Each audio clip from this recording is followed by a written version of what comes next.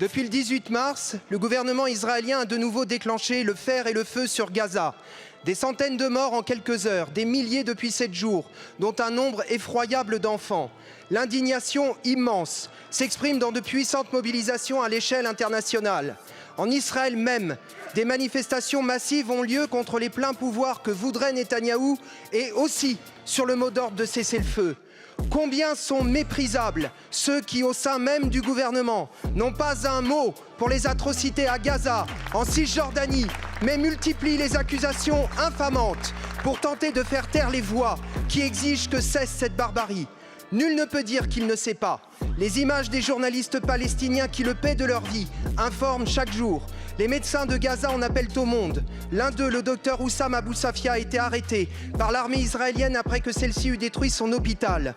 Depuis 85 jours, ce médecin est à l'isolement, battu et torturé.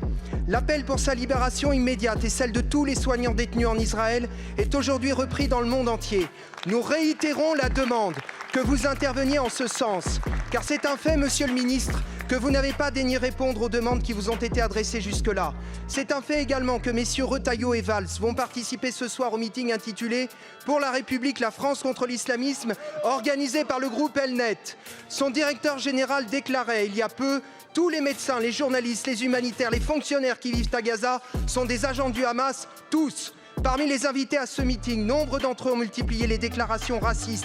L'une d'elles, pour attiser la haine islamophobe, osait déclarer il y a peu « La seule chose que les musulmans regrettent, c'est qu'Hitler n'ait pas terminé ce qu'il a commencé ». Monsieur le Premier ministre, comment peut-on prétendre défendre la République et se tenir aux côtés des propagateurs de haine et des promoteurs du massacre de tout un peuple ?